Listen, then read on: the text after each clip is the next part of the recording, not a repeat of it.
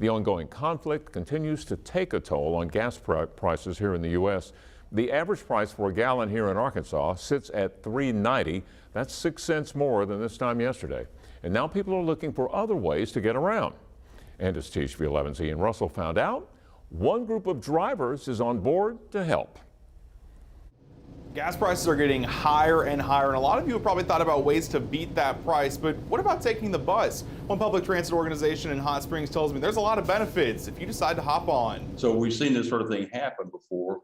And a couple of them have been, pretty high fuel spikes. You don't need me to tell you gas prices are high, and Keith Jones gets that. He's been through plenty of these before. So we know what's going to happen. We know that more people are going to call and inquire about bus service. With prices so high, other forms of transportation are looking a lot more affordable. Jones is the resident advisor for Hot Springs Intracity Transit.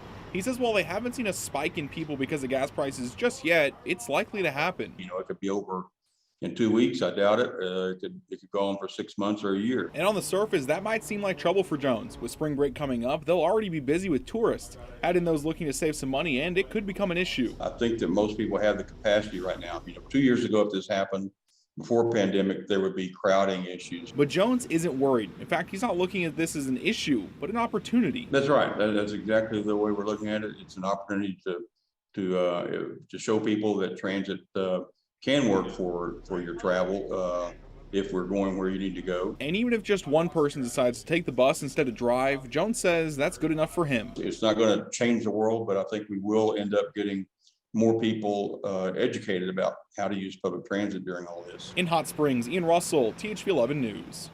And Jones says if they have to adapt to a spike in ridership, they can always add more buses to routes.